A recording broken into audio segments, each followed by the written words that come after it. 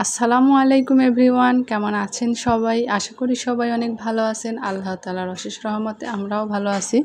Lifestyle of Afroza চ্যানেলে আপনাদের সবাইকে স্বাগতম। কাছে দূরে দেশ ও দেশের বাইরে যে যেখান থেকে বসে আজকের ভিডিওটি দেখছেন সবাইকে জানাই অসংখ্য অসংখ্য ধন্যবাদ। তো আজকে আমি রান্না করব স্বাস্থ্যকর একটা রেসিপি, পেঁপে দিয়ে রুই মাছের স্বাস্থ্যকর রেসিপি। তো পেঁপের তরকারি তো এমনিতেই শরীরের জন্য অনেক ভালো। তো এদিকে আমি মাছটা ভেজে নিচ্ছিলাম। আর এই ভিডিওটা কয়েকদিন আগের, তো এডিট করব তো এডিটটা আর করা হয় নাই।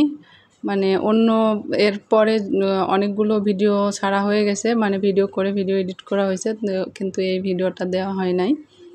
তো এই তো আমি রুই মাছগুলো বাজার থেকে যেদিনের ভিডিও এটা সেদিনই নিয়ে আসা আর কি। আর আমি তো সবসময় মাছ কেটেই নিয়ে আসি বাজার থেকে। তো কেটে বাড়িতে এনে ভালো করে পরিষ্কার করে ধুয়ে তারপরে তো মাছগুলো আমি ভেজে নিচ্ছি।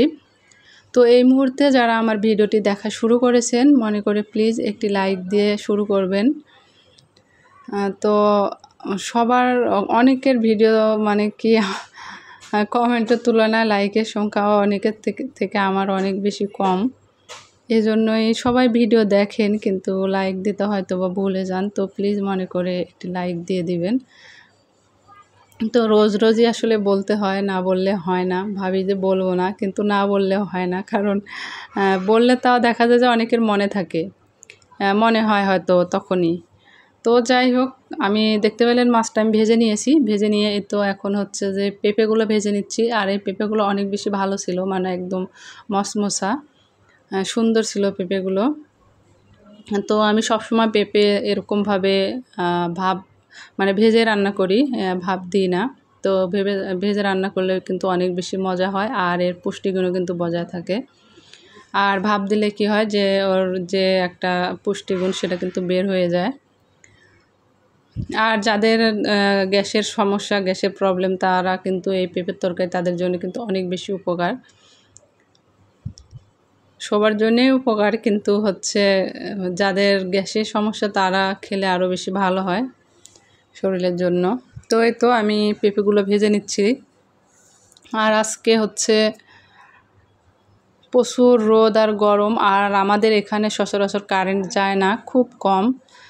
যদিও যায় তাও 5-10 মিনিটের মধ্যে চলে আসে। অনেক সময় ট্রান্সমিটার পুড়ে যায় বা অন্য কোনো কারণে এরকমও যদি হয় সঙ্গে সঙ্গে লোক চলে আসে, এখানে কোনো কারেন্টই যায় না এক কথায়।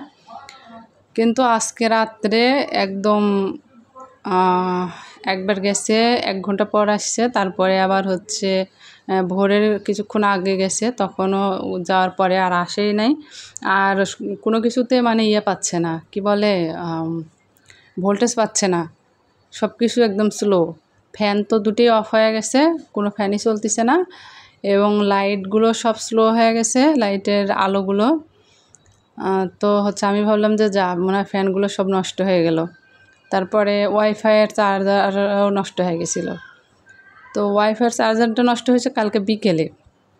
তো আমি সন্ধ্যার দিকে নিয়ে এসেছি, তাড়াহুড়ো করে নিয়ে এসে আবার লাগাইছিলাম, কারণ আমি কোথাও দেরি করি নাই। আমি মনে করছিলাম আমি একটু মার্কেটে যাব, তো মার্কেটে আর যাওয়া হলো না। মার্কেটে কি আমি আর ভেবেছিলাম যে আমি বোরকা নেব। আসলে বোরকা আমি সবসময় বানায় পরি, কিনা বোরকা আমি পরি না। কিন্তু এই একটা নতুন দোকান দিয়েছে, তো শুনলাম যে ওখানে খুব সুন্দর সুন্দর বোরকা সবার মাপেরই আছে, এবং সুন্দর বলে। তাই আমি ভাবছিলাম যে ওদিকে একটু গিয়ে দেখবো কেমন। কিন্তু যে আর যাই না, শুধু চার্জার নিয়ে তাড়াহুড়ো করে চলে আসি। কিসের জন্য জানেন? শুধু আপনাদের ভিডিও দেখার জন্য, যে আপনাদের পরিবারে আপনাদের সময় দেওয়ার জন্য। আমি আর দেরি করি না, শুধু চার্জারটা না নিয়ে আসলে তো আমি তার ভিডিও দেখতে পারবো না, কারণ ওয়াইফাই না চললে তো আমি তার ভিডিও দেখতে পারবো না। তো যাই হোক, আপনাদের সঙ্গে কথা বলতে বলতে এদিকে কিন্তু আমি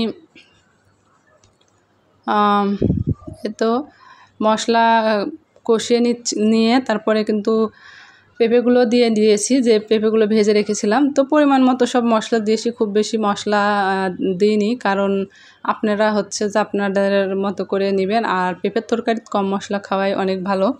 তো যতটুকু লাগবে একেবারে না হলে না ততটুকু দিয়ে আমি কিন্তু ভালো করে মশলাটাকে কষিয়ে নিয়ে তারপরে পেঁপেগুলো দিয়ে আর একটু কষিয়ে নিচ্ছি। তো পেঁপেগুলো দিয়ে আর বেশিক্ষণ কষাইনি, কারণ যেহেতু পেঁপেগুলো আমি ভেজে নিয়েছি তেলে, এই কারণে।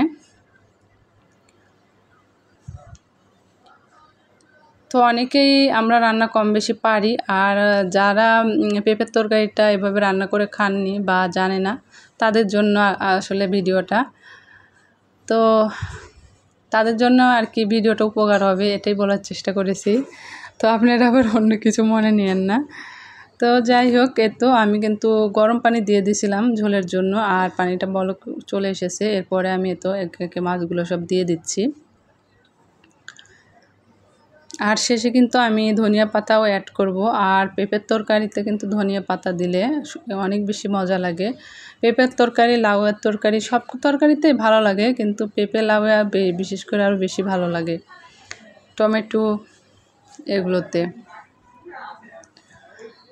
তো প্রতিদিন একটা কথা বা শুরুতে বলতে চাই কিন্তু ভুলে যাই, তো সেটা হচ্ছে যে আমার চ্যানেলে যারা নতুন ভিজিট করেছেন আমার কমিউনিটিতে একটা লেটার দিবেন।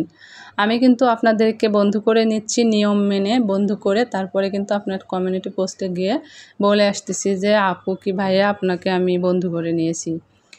তো এদিকে আমি কিন্তু তরকারিতে ধনিয়া পাতা দিয়ে দিলাম, দেখতে পেলেন। আর এ তরকারিটা কিন্তু অনেক বেশি মজা হয়েছিল। আর আপনারা কিন্তু বাসায় একবার এই পেঁপে দিয়ে রুই মাছ বা যে কোনো মাছ রান্না করে খেয়ে দেখতে পারেন, অনেক বেশি মজা হয়। আর ধনিয়া পাতা দেওয়ার জন্য কিন্তু তরকারির স্বাদটা আরও দ্বিগুণ বেড়ে গেছিলো। আর যেহেতু পেঁপেটাও অনেক ভালো ছিল, অনেক সময় থাকে না যে কোনো পেঁপে কেমন যেন শুকানো শুকানো মানে সিদ্ধ হতে চায় না, কিন্তু না, এই পেঁপেগুলো খুবই ভালো ছিল। তো যাই হোক, আমি একদম ভিডিওর শেষ পর্যায়ে চলে এসেছি, আর রান্নাটা প্রায় হয়ে আসছে। তো যেটা বলছিলাম যে আপনারা আমার কমিউনিটিতে একটা লেটার দিয়ে যাবেন। আর অনেকেরই কিন্তু পোস্ট করা থাকে না কোনো কিছুই, তো সেখানে তো আর কিছু করার থাকে না, তখন কিন্তু আমি সরাসরি এমনিতে একটা সুন্দর কমেন্ট করে আসি আর কি, যে আপনার জন্য শুভকামনা রইলো বা আপনার জন্য দোয়া রইলো, এরকম কিছুই লিখে আসি। মানে ভিডিওটা পুরো দেখার পরে, লাইক দিয়ে শুরু করে দেখার পরে কিন্তু আমি এরকম কিছুই লিখে আসি। তো আজকের ভিডিওটা কেমন লাগলো, মানে আমার রেসিপিটা কেমন লাগলো, সবাই কিন্তু অবশ্যই কমেন্টসে জানাবেন। আর এই তো আমার তরকারিটা হয়ে গেছে।